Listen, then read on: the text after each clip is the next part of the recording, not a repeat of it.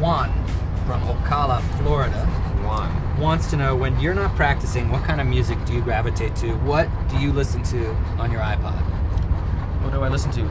I tend to listen to stuff that I want to be inspired by and learn from. It's funny, music is just this is fascinating for me to listen to things that I don't understand or that I'm curious about. So I listen to different kinds of jazz.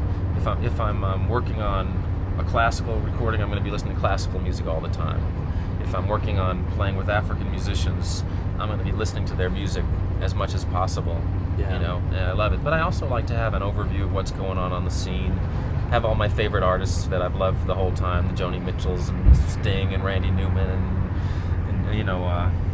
anything that's excited you lately? I mean, what are you listening to these days? I went for the Radiohead craze. Did you? I'm glad you two still out there. I love some of those classic bands. Yeah. I'm not really out on the fringes like I probably need to be to stay current.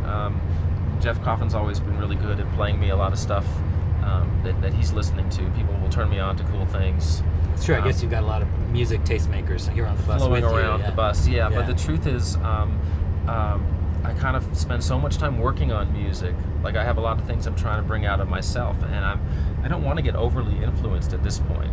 I want to kind of be me as fully and as uniquely as possible.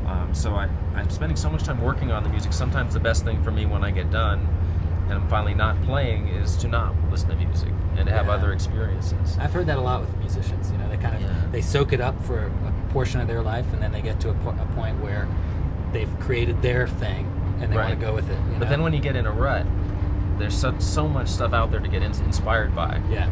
Recently I've been playing with this Indian musician, Zakir Hussain.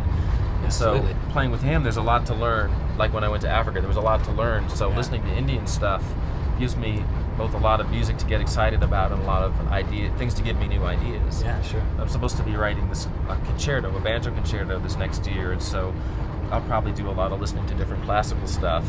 And then it's a work play project. Yeah. You know what I mean? I'm enjoying it, but it's functional. I'm always thinking about listening to music as a tool towards making the next musical step. The people we're talking about, just so many people.